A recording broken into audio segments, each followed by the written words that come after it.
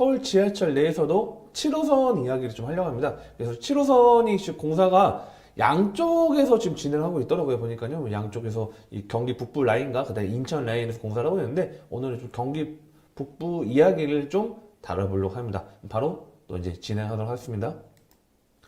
자, 일단은 서울 지하철 그 노선을 좀 갖고 와봤습니다. 자, 엄청 복잡하죠?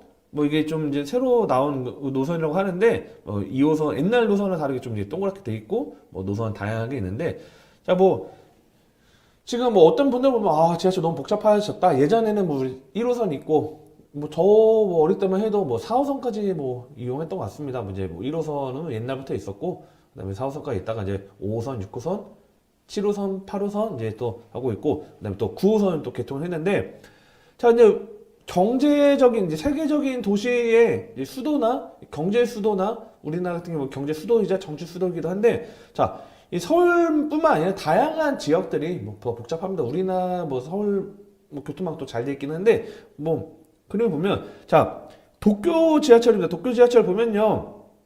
뭐 저는 뭐 도쿄에서도 뭐 지하철 잘 타고 다니긴 한다. 뭐 JR이나 뭐 도쿄 메트로나 이용을 잘 하고 있긴 한데, 더 복잡합니다. 저도 처음에 뭐 일본에서 이제 지하철 이용을 할 때 좀 복잡했던 것 같아요. 다만 우리나라 같은 경우는 수도권 같은 경우는 이제 환승이 잘 되어 있죠. 그래서 뭐 서울 지하철 타다가 뭐 인천 지하철을 탄다거나 또 뭐 영인 경전철 탄다거나 다 환승이 잘 되어 있긴 한데, 자, 뭐 지금 좀 약간 부동산 빠지는 이야기일 수도 있겠는데, 뭐 도쿄 같은 경우는 뭐 좀 분리되어 있는 부분들이 있죠. 뭐 사선이라 해가지고 사철이라고 하죠. 그래서 뭐 JR 이렇게 뭐 일본 그 노선과 좀 다른 부분인데, 자, 이제 뭐 예를 들어서 뭐 이제 중국 같은 경우 상하이 같은 경우도 지하철 엄청 노선 많아요. 우리나라 대비했을 때 엄청나게 더 노선도 많고 실제로 더 교통망은 더 잘 되어 있는 부분인데, 뭐 이런 식으로 우리 지금 대한민국 서울에서도 지금 노선들이 계속 또 확대가 되고 있고, 또 최근에 또 이제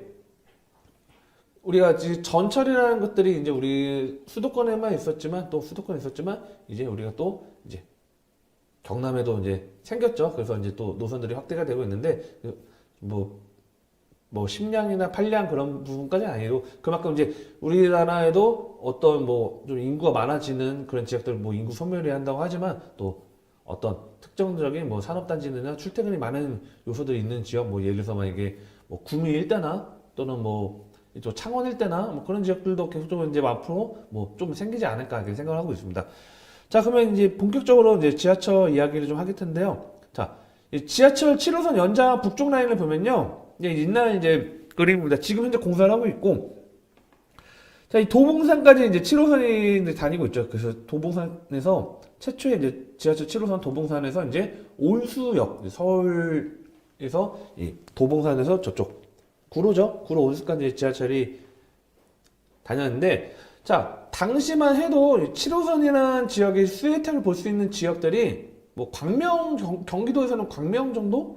광명 정도만 수혜택을 받고 서울만 이제 이용을 보통 했죠. 이제 7호선 같은 기준에는. 그래서 만약에 의정부 사시는 분들은 이 도봉산까지 뭐 버스 타고 나오시거나 아니면 1호선을 이용해서 또는 이 노선들을 이용해가지고 좀 환승을 해서 7호선을 출퇴근하는 부분들이 있고, 또 온수라고 하면 그 옆에 있는 뭐 경기 부천 같은 뭐 이쪽 분들 같은 경우도 온수역까지 와가지고 7호선 이용하거나 또는 1호선 통해서 똑같은 유정부 비슷하죠. 그래서 환승하는 부분이 있었는데, 자, 7호선이 그 다음에 이제 연장이 됩니다. 그래서 연장이 돼가지고 인천 구간을 해서 뭐 부평 구청까지 연결되고 또 이제 성남까지 연결이 되는데, 그래서 뭐 일대 뭐 보면 이제 과거에 7호선이라는 지역이 광명 일대만 이제 중간에 온수하고, 그다음에 우리가 보면 가산 데이터 사이에 뭐 철산이나 뭐 광명사거리나 뭐 이쪽 지역 수혜택 받지만 연장이 되면서 부천하고 그다음에 인천 일부도 7호선 연장 혜택을 받는데,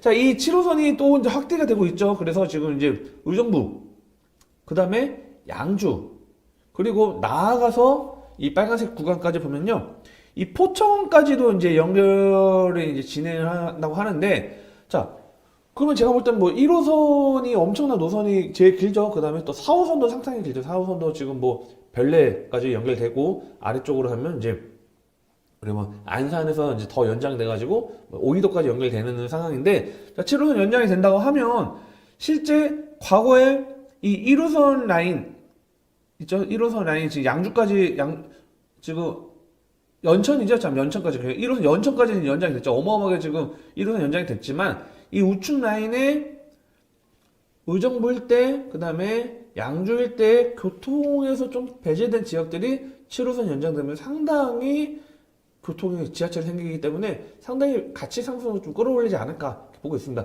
이미 지하철 7호선 공사를 착공을 하고 그 전에 발표가 됐기 때문에 가격이 어느 정도 있었지만 상대적으로 좀 제가 봤을 때 뭐 저평가란 표현은 그렇지만 앞으로 지하철이 개통이 된다면 다시 한번 반영이 되지 않을까 그렇게 좀 말씀드리고 있고, 자 지금 현재 지하철 뭐 도봉산부터 해가지고 장암까지 다니긴 하죠. 장암 지금 빠지긴 했는데 자 도봉산 해가지고 이제 뭐 성남까지가 이제 전반전 다니고 이제 장암까지 이제 다니다 봐야죠. 장암 도봉산 장암 이쪽까지 이제 지하철이 다니고 있는데, 실제 뭐 7호선이 강남을 또 핵심적으로 또 지나가기 때문에 그 다음에 또 우리 가산지나 뭐 고속터미널도 상당히 이제 트리플이었을 거예요. 그 다음에 강남구청이나 건대 2호선 다양하게 이제 교차가 되기 때문에 특히 이 인기 노선으로 좀 봐도 될 것 같습니다. 특히 이 서울 북쪽 라인의 동부권 쪽에서 노원이나 이쪽 면목동 일대, 뭐 중랑구 일대나 이런 분들하고 그 다음에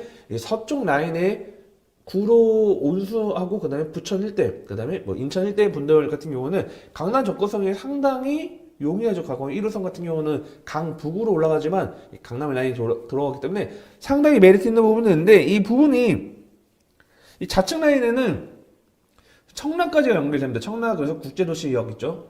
공항철도까지 연결되고 지금 현재 공사를 진행하고 있고요.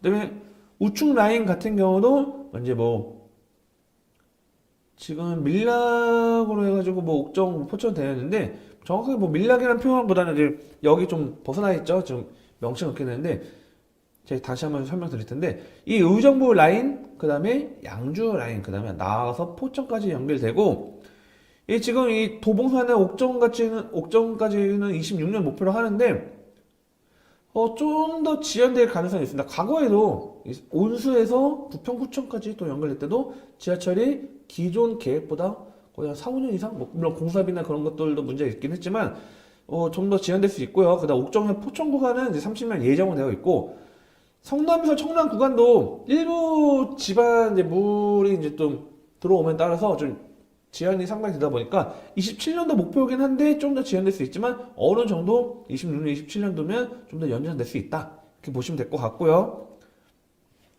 그리고 우리가 이제 이 7호선 연장이 과거에 지하철이 없던 지역의 수혜 혜택을 볼 수 있는 지역을 한번 보도록 하겠습니다.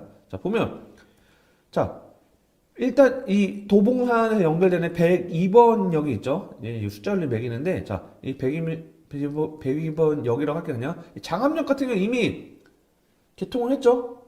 도봉 차량기지가 있는 지역인데 7호선 차량기지가 있고, 그다음 아래쪽에 보면 이제 온수에서 이제 천안 가는 길에 또 차량기지가 이제 각각 있죠. 그래서 이 차량기지가 있는데 지금 현재 운행을 하고 있어서 도봉산 행이 있고 장암 행이 있죠. 그래서 여기는 지금 운행을 하고 있고요.